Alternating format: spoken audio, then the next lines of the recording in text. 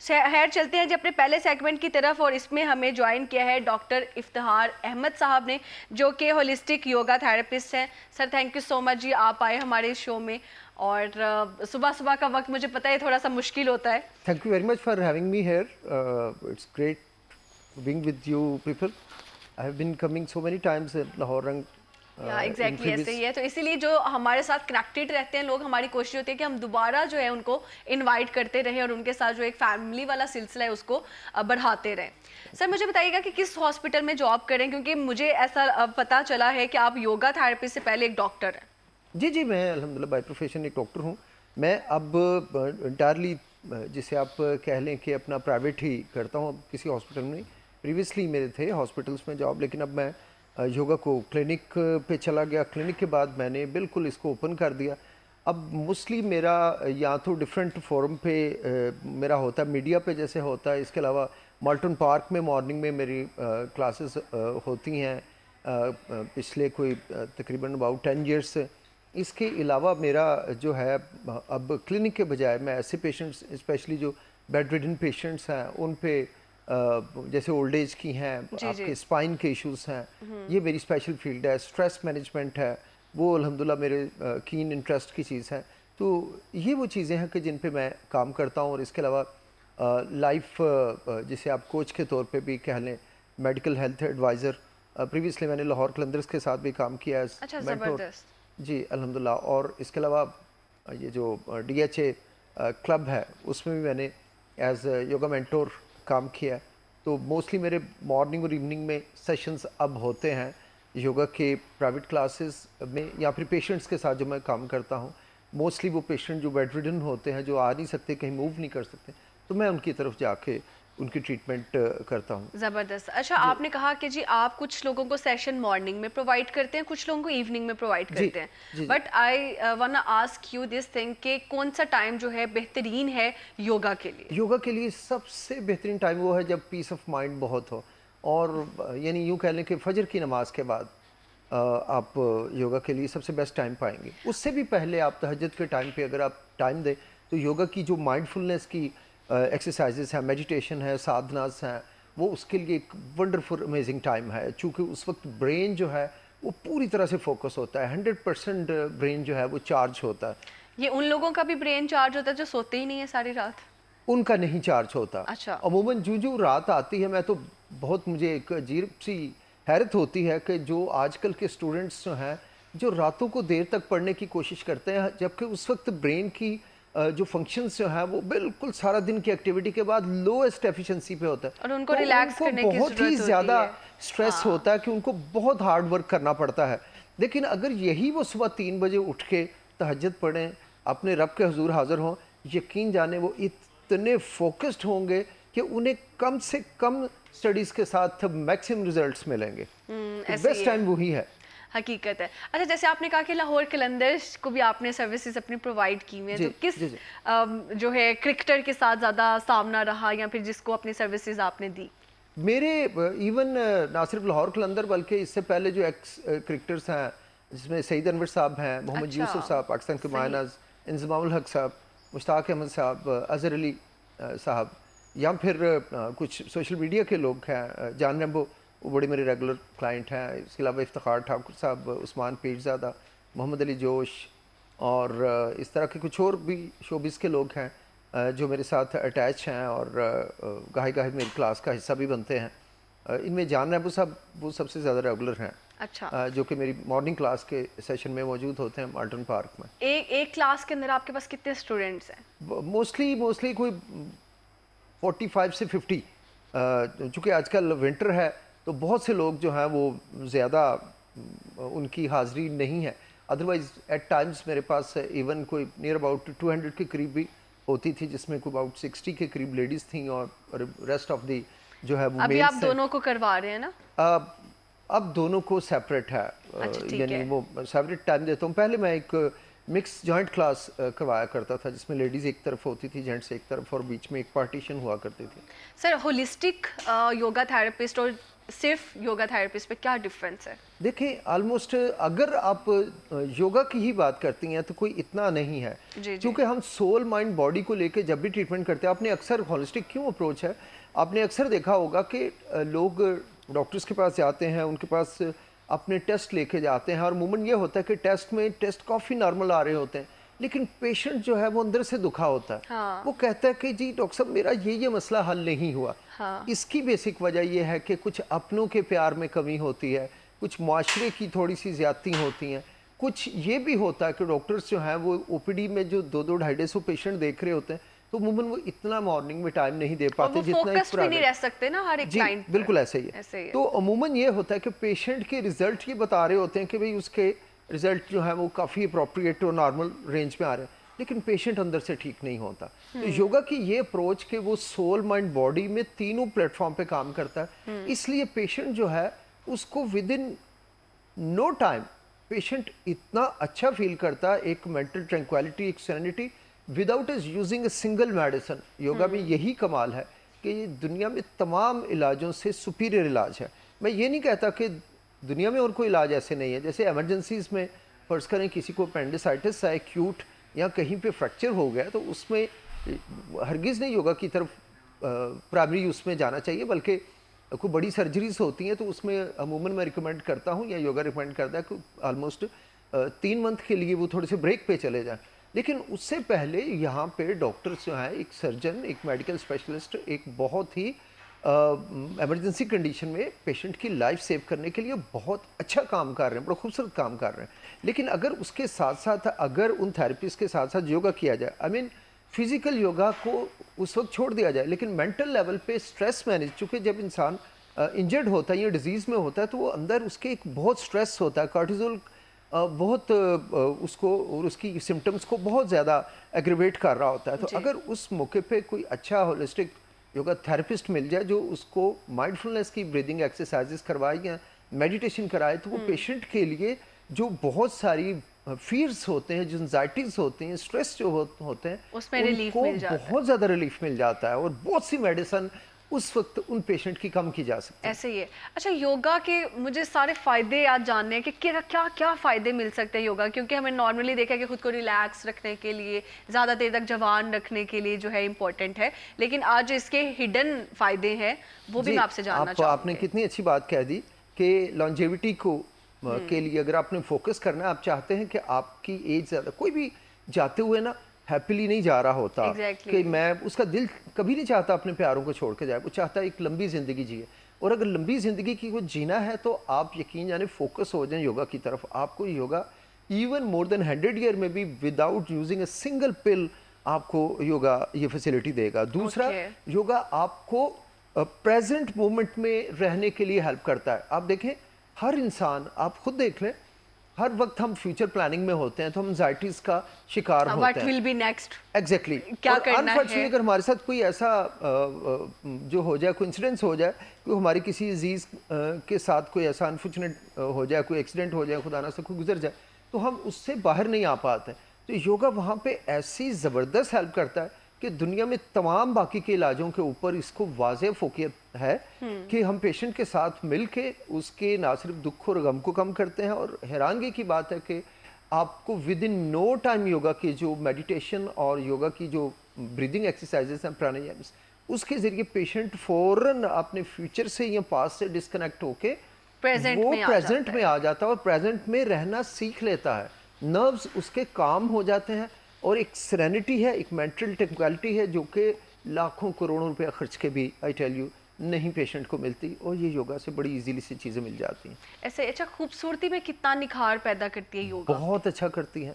अगर मैं यकीन से कहता हूँ कि दुनिया भर की अगर ख़वातीन या लेडीज़ को पता लग जाए कि योगा से खूबसूरती को कितना ज़्यादा आसानी से, तो मेरा ख्याल है लेडीज़ जो है वो बाकी के सारे काम छोड़ के इस तरफ चली जाएं। फेशियल्स, पॉलिशर्स सब छोड़कर जो है आप लोग योगा करने लग जाओ। चूंकि ये आप जो इतने हार्मफुल केमिकल्स यूज़ करते हैं, ये ग्लाइकेशन करती हैं और स्किन में रिंकल्स ज़्यादा आते हैं। तो हमारे जैसे योगा के कुछ आसन हैं, जैसे हेड स्टैंड है, ठीक है, या कपाल भाती एक जो है, कितना ज़बरदस्त ब्रीदिंग एक्सरसाइज है।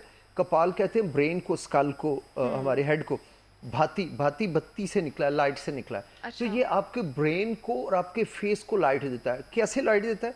आपकी बॉडी के अंदर एक डैमेज या वेस्ट प्रोटीन्स हर वक्त पड़ी रहती हैं। ये योगा जो है उस प्रोटीन को स्किन की तरफ ले आता है। कैसे? एक ब्रीदिंग एक्सरसाइज के जरिए।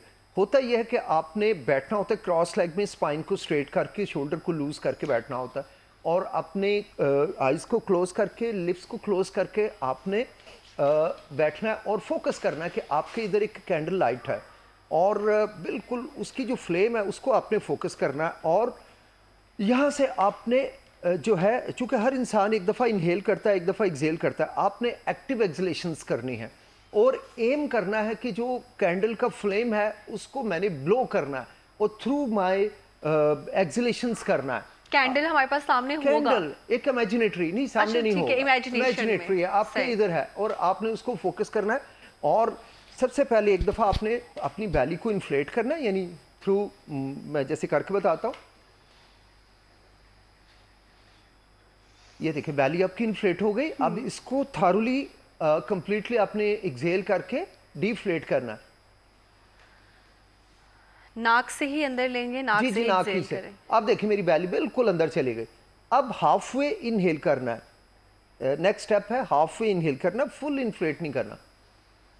अब एम करना है कि आपने उसके शोले को बुझाना है और कुछ इस तरह से थ्रो करना है।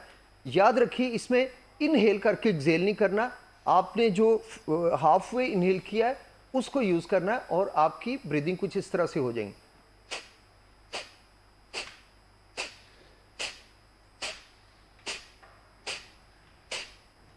हर सेकंड में एक थ्रो आएगा आउट और आप हैरान रह जाएंगी कि आप कहेंगे कि भाई ये बंदा अगर इनहेल नहीं कर रहा तो ये कहाँ से कंटिन्यूस एक्सेल कर रहा है। एक्टिव एक्सलेशंस इसमें कंटिन्यूस। तो जो आपकी बॉडी के अंदर आप फील कर रही थी, जब मैं थ्रो कर रहा था तो मेरी बैली जो है वो एकदम से स्क्वीज कर रही थी। बिल्कुल में। और बैली की एयर और लंग्स की एयर जो है वो कंप्रेशन की सूरत में मेरे नेजल पैसेजेस को टच करके बॉडी से बाहर जा रहे थे।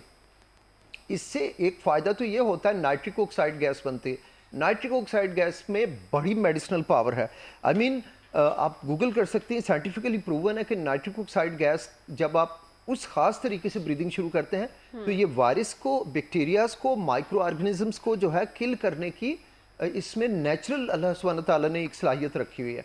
तो जब आप कंटिन्यूस थ्रो करेंगे तो कुछ ही टाइम के बाद, जैसे हम रिकमेंड करते हैं 300 to 500 स्ट्रोक्स आपने विदाउट सिंगल इनहेलेशन, आपने एक्टिव एक्सलेशन करना है। पैसिव इनहेलेशन साथ साथ होती चली जाएगी और इसके साथ साथ ना सिर्फ आपके लंग्स बहुत स्ट्रांग होंगे बल्कि आपकी नाइट्रिक ऑक्साइड से आपके हार्ट के मसल्स रिलैक्स होते हैं, ब्लड की वेसल्स डायलेट होती हैं, ब्लड की जो पूरी बॉडी को फ्लो है वो फ्लॉलेस हो जाती है और मुफ्त में आपका जो है बॉडी वेट वो इस अमेजिंग ब्रीदिंग से बॉडी वेट बड़ी तेज़ी से कम होता है। इससे इनफर्टिलिटी के जो केसेस हैं, मेल फीमेल इनफर्टिलिटी, उसके अमेजिंग रिजल्ट्स हैं। मेरे पास 3 ऐसे केसेस हैं जिनको मैं यहाँ बुलवा भी सकता हूँ, आप भी उनसे मिल सकते हैं, कि जिन्होंने बहुत लॉन्ग ट्रीटमेंट के बावजूद कंसीव नहीं किया था और सिर्फ इस ब्रीदिंग से कंसीव किया। इसके अलावा पीसीओडी आज के दौर की, मैं समझता हूँ 13, 14, 15 साल की लड़कियों से लेके शादीशुदा औरतों में पीसीओडी का बहुत ज़्यादा प्रॉब्लम है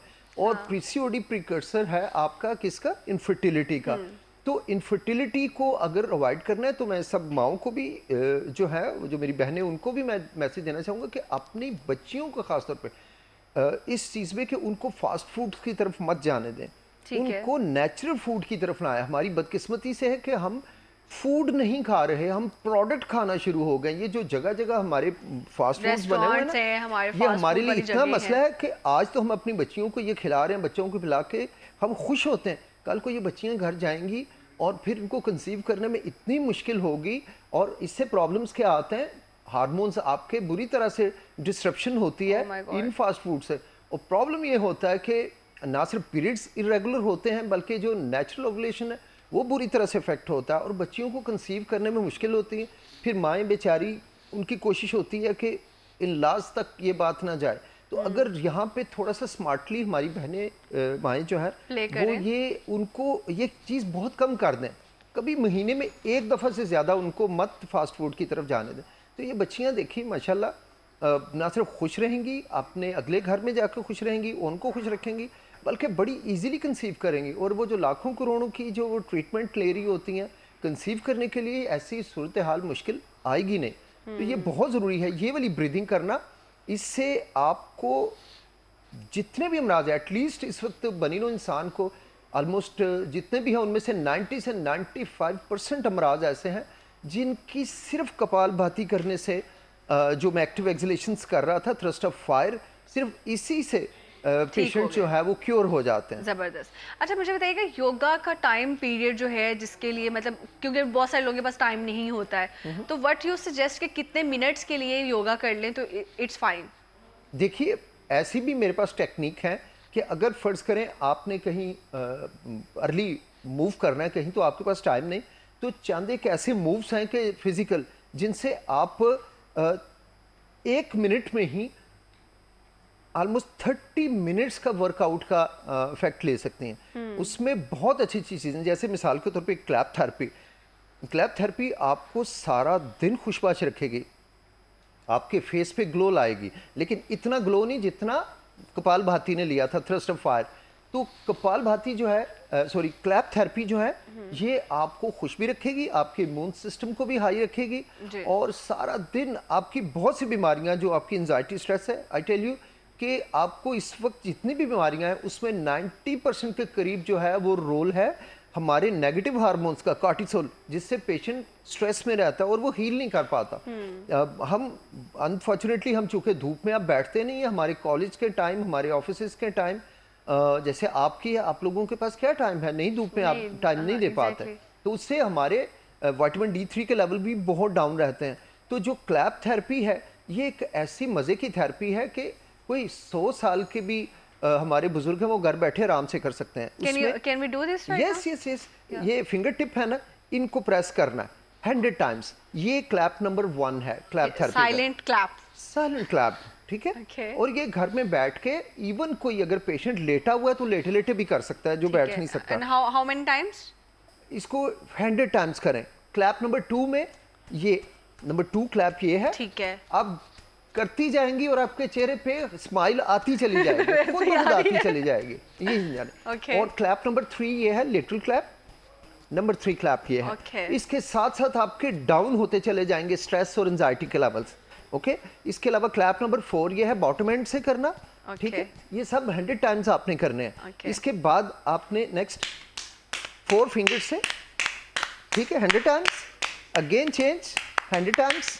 ये देखिए मैं नहीं आपको हंसा रहा, आप खुद स्माइल में जा रही है, ठीक है। हाँ, exactly. ये क्लैप में इतनी पावर है, इतनी पॉजिटिव एनर्जी है, इस तरफ जाएगा। और क्लैप नंबर 7, ये आपने क्लैप नंबर 7 में जाना, ये देखिए स्माइल।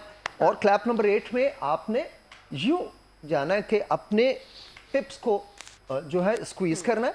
और इससे क्या होगा, इससे ब्रेन फंक्शन इंप्रूव होते हैं आपके। ये जो स्पेशल आकुप्रेशर पॉइंट आप जानती हैं, आकुप्रेशर जो है साइंस है, इसमें जहाँ जहाँ आपकी जो जो फिंगर टच हो रही है, कोई थायराइड को एक्टिव करता है, कोई पॉइंट आपके लंग्स को कर रहा है, कोई पॉइंट आपके हार्ट का पॉइंट है उसको कर रहा है, फिर आपके किडनीज भी और आपके लिवर को, पैंक्रियास को, they all are connecting to the other parts of your body. Exactly. और लास्ट में एक बड़ी खूबसूरत है, मैं बैठा हुआ हूँ, उसको हम कहते हैं ढोलकी आसन, ढोलकी क्लैप, जिसमें आपने घुटने पे घुटना रखना है, ये पॉइंट आएगा और दोनों तरफ से जो है हम क्लैप करते हैं जोर से।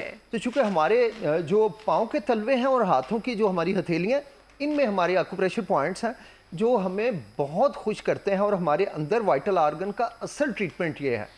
इनके इफेक्ट जो है डीएनए तक जाते हैं योगा के, जबकि हम जो मेडिसिन खाते हैं, मेडिसिन के इफेक्ट इतने डीप रूटेड नहीं होते, इसलिए सिर्फ पैलिएशन होती है, इंसान मेडिसिन लेता रहता है और आखिर उन्हीं के नतीजे में, उन्हीं के साइड इफेक्ट के नतीजे में कई बीमारियां और ले बैठता है और फिर बीमारियां, ये मेडिसिन उसे कभी क्योर नहीं कर सकते।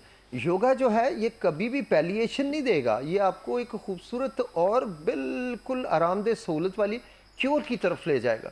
इस वजह से योगा में जो लोग आते हैं वो अपनी डिजीज़ को फॉर एवर गुड बाय कह देते हैं।